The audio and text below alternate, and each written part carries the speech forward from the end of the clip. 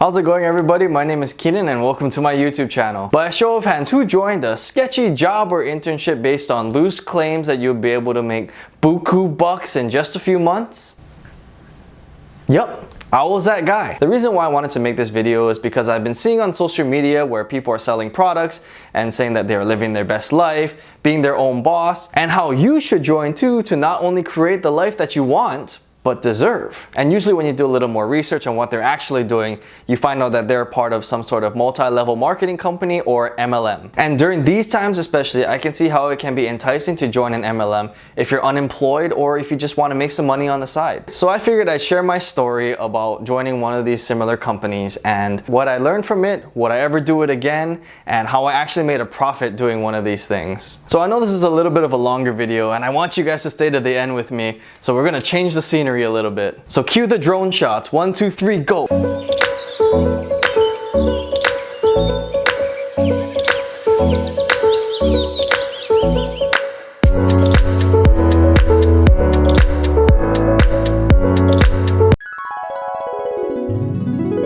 So welcome to Story Time with Keenan. Hopefully this isn't jumping around too much, but I just kind of wanted to go off of memory, just have a conversation with my friends out there and the world, and just kind of talk about my experience with this internship that I did. Kind of like a half and half pyramid MLM type scheme. So essentially a little bit of a background of the internship. I sold house painting jobs and I basically ran my own house painting business, or that's how it was pitched to me.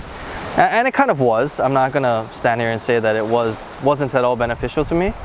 But I think what I know now about how businesses are run, especially in construction and actual painting, it wasn't really that. And I learned a lot of valuable lessons, and I'm going to kind of share you that story today about kind of what I did and how I actually was able to make money doing it, because there were a lot of people that did this internship that actually lost money, paid thousands of dollars out of pocket. And that's where, to me, I want to warn people out there and kind of give people and share it with everyone my experience, so that you can make a better informed decision than I did when I was doing this kind of thing. So it kind of starts off in college. I was a bright-eyed student at the University of Washington, just trying to create my best life. I was in a big chem lecture, and these guys came in and showed up to our lecture and said, hey, we got a summer internship opportunity for you guys. It was very broad, very vague, kind of like improve yourself, or you can whatever, make money, and yada yada yada. It was never specific. They never gave the name of the company, which red flag number one.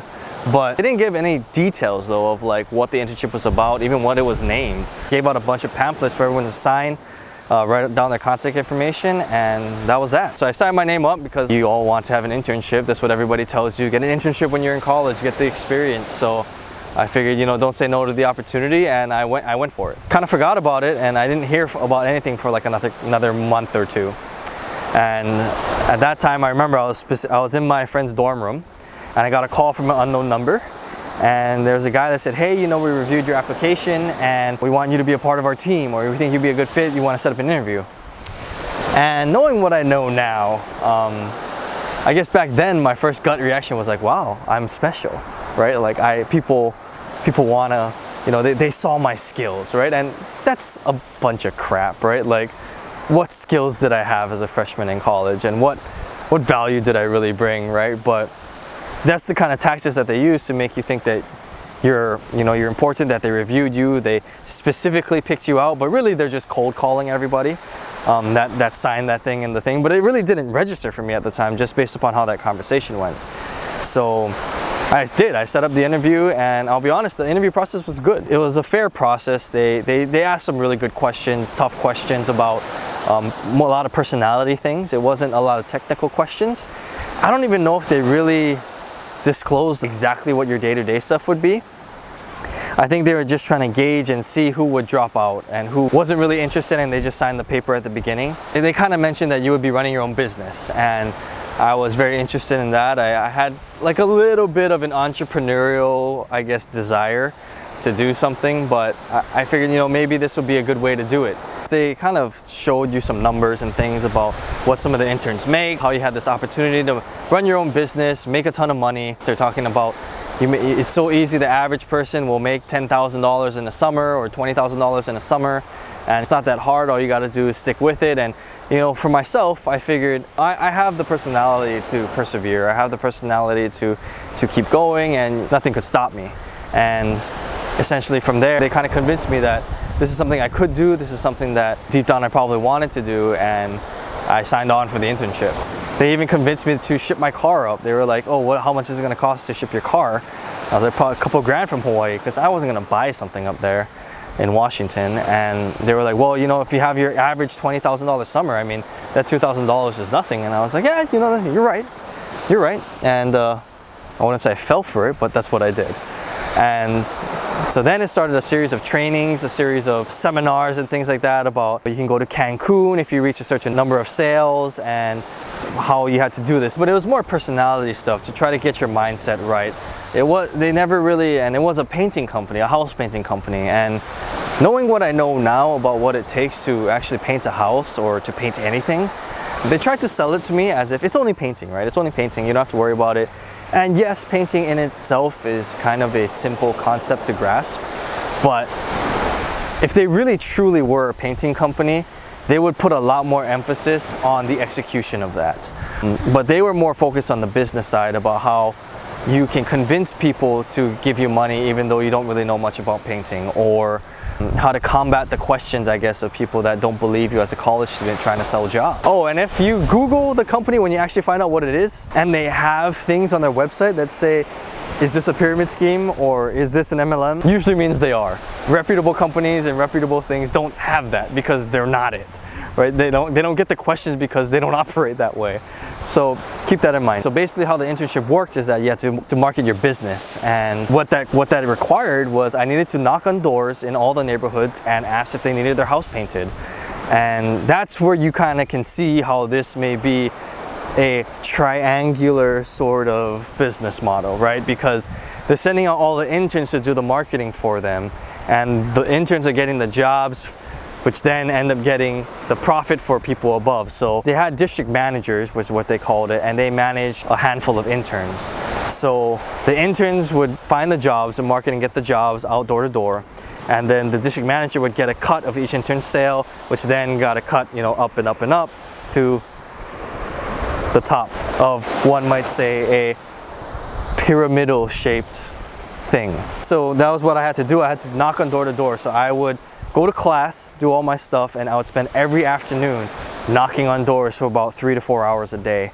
And that was very interesting. I will say that it was a good experience because I got to understand rejection. I got to knock on doors and tell people to get out of my place and get away, I don't want to see you, why are you here? Because even in the part of the trainings, they said, even if the door says no soliciting, just solicit. And I guess that's not great advice. I mean, they said that they've had stories basically of interns that have knocked on a soliciting door and they scored a $10,000 job. It's just that they don't want to see like people selling cookies, right? But if they need their house painted, they'll get their house painted. And there's some truth in that too, but you know, these are the kind of tactics that they try to convince you to do things that maybe your initial personality or your gut reaction wouldn't necessarily do, for good and for bad. So that's what I did. I marketed every single day, knock on doors, and give my business card out, give the pamphlets out.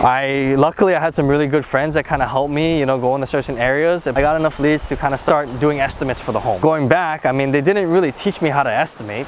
They kind of just said you can walk a certain number of steps and kind of calculate some, you know, square footages. But knowing what I know now about how to actually construct things, I mean, there was no training on taking into account, you know, heights of the buildings. I mean, they had some sheets of paper, but there was no real training that I would consider valuable training and expertise about how much it would really cost and what it would take. If you needed certain lifts because you had different weird angles in the driveways for the painters to actually work, what kind of safety measures that would be required to, you know, get up to the second floor, and none of that was really talked about during that time. But you know, they just said you just walk it, base it on square footage. Here's the number for eaves, here's the number for fascia, and just kind of just use your steps and measure your steps to kind of figure it out. I remember I started and I did my first estimate, and I was very lucky. I got my first job. It was a $4,500 something job, And I thought, you know, great, this is easy. But here's the thing that I did that a lot of people didn't do in the internship, and I think that's what helped me actually make money. So they kind of market to you and try to make you get your own painters. So they say if you really want to run the business, you have to hire your own painters, you got to do your own thing, everything's on you, getting the materials, understanding all that stuff. And you know, great, but for me, I really felt like, one, I was trying to get my engineering degree. I wasn't in college for this internship, so I felt like they gave me an option to just subcontract out all my work, but I could only get a 10% cut. And for me, I was like, that's fair. That's fair. It wasn't worth the risk for me. And later on, I started to find out that there were some people out there that if a painter broke a window, one of their painters that they hired, because no one knows how to interview when you're in college, right? No one knows how to really do that, but they just kind of throw you out there so you get the experience.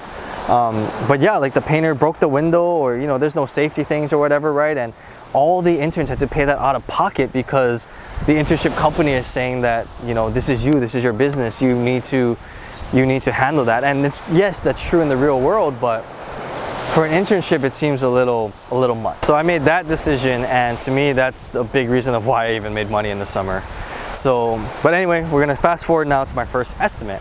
But yeah, I got my first job, and I thought, great, $4,500 job. That's like 450 bucks in the bank. You know, I'm good, right? Like, this is good. Only 5 more of these jobs, and you know, I'll be fine. Didn't sell a single job for like the next month. So, and what a lot of these MLMs do, or these pyramid type companies, is they'll do a lot of, I wouldn't say it's shaming, but it kind of tries to keep you moving and keep you going. So like, she would always text and say, this person got this job, right? This person got that job, right? And it kind of, for me, it lit a fire under my butt a little bit, but I could see how some people can take that in a very toxic way. It's just trying to make people do more, make you think that you're not doing enough, and just to kind of keep you going. And it takes a certain type of person to thrive in that kind of situation. But for me, it was tough. And going a month, so imagine a month, every single day, Monday through Friday, Saturday, the whole day Saturday, whole day Sunday, I was going out and I was marketing. I was trying to get estimates, and I was doing estimates every weekend too, and no one was biting on my jobs. And that was a little disheartening, but I will say that again taught me how to deal with rejection. And I think that's how it should be for anything that you do, right? Anything that happens in your life that can be perceived as negative from the outside, always try to take the positives from it. And this for me was a huge positive, to understand that the worst thing that people can tell you is no. Rejection, you know, you kind of get numb to it after a while when you do it so much. And that was definitely the case for that month. And I remember specifically, I had my goals now. So here's a tip. Write down your goals. If you think you're gonna do something long term, write down your goals and look at it every day. Because I remember specifically, there was a time where I was like, what am I doing, right? Like, I brought my car, I spent $2,000 on this, right? I only have $400, I only got one job. Everybody else is getting like 2-3 jobs, right? And I was like, you know, maybe I'm not meant for this, right? I should be studying, I should be doing whatever. And I remember I wrote down my goal that basically that I was gonna do it, right? I was gonna say I was gonna have a minimum $50,000 summer is what I said, you know, $50,000 in sales. And I remember specifically looking at that and thinking, okay, previous motivated Keenan knew that he could do it, so why shouldn't I? And so what happened after that, literally that next weekend, I sold, I think, $10,000 to $15,000 worth of work. And I'll put a little screenshot. I remember I screenshotted it when I got it, because I was the top for the week or month or something. I was a top intern, and it felt really, really good. And it made me really realize how you just can't give up, and you never know. So what did I do differently for that weekend? What I actually did is, we had this book. It was like a sales pitch written in the book. And what I started doing in my estimates, and when I was bidding for people, I told them, here's this book that they're telling me to pitch to you, sometimes I would get a little ridiculous, but I'll just throw it on the couch. I'll be like, but I'm not gonna pitch you the book. I said, because I'm here to help you. What do you want? What you want is not what's in this book. And that's what really taught me the value of real customer service, really honing in that everybody is different. Everybody has different cares. Everybody has different. So when some people at the home was, I really want to make sure that, you know, you don't call me, whatever. I don't need constant updates. I just want you to get it done. And so for those clients, I made sure that I didn't push them in that direction. Some clients were like, I want to be notified. I want to know what's going on. And I knew that these clients would be more picky. So I knew what I needed to do as a manager for them to take care of them. And once I started doing that, everything kind of took off. But again, I could have easily quit. There was a time when I really thought I didn't have it in me. And I thought, I'm going to sell this one job, which I had the help from somebody else. I'm just not built for this. And yeah, if there's anything you take away from this long ass story about me and my pyramid life, my sketchy internship life, is just that. You never know when it's going to click for you. You never know when something is going to turn around for you. And if you're motivated at one point in your life and you believe that at one point in your life that you can do it, you definitely can. And stick with it, keep going, and yeah. But anyway, so now going back, so after I changed my tactics a little bit, I ended up actually running, I think it was about $56,000 to $60,000 worth of work for the summer. And I actually got paid that $5,000 to $6,000 from the internship. So I got to cover my car payment for the car shipment, and I was really, really proud of myself. Would I do it ever again? Absolutely not. Would I suggest that any of my friends do this?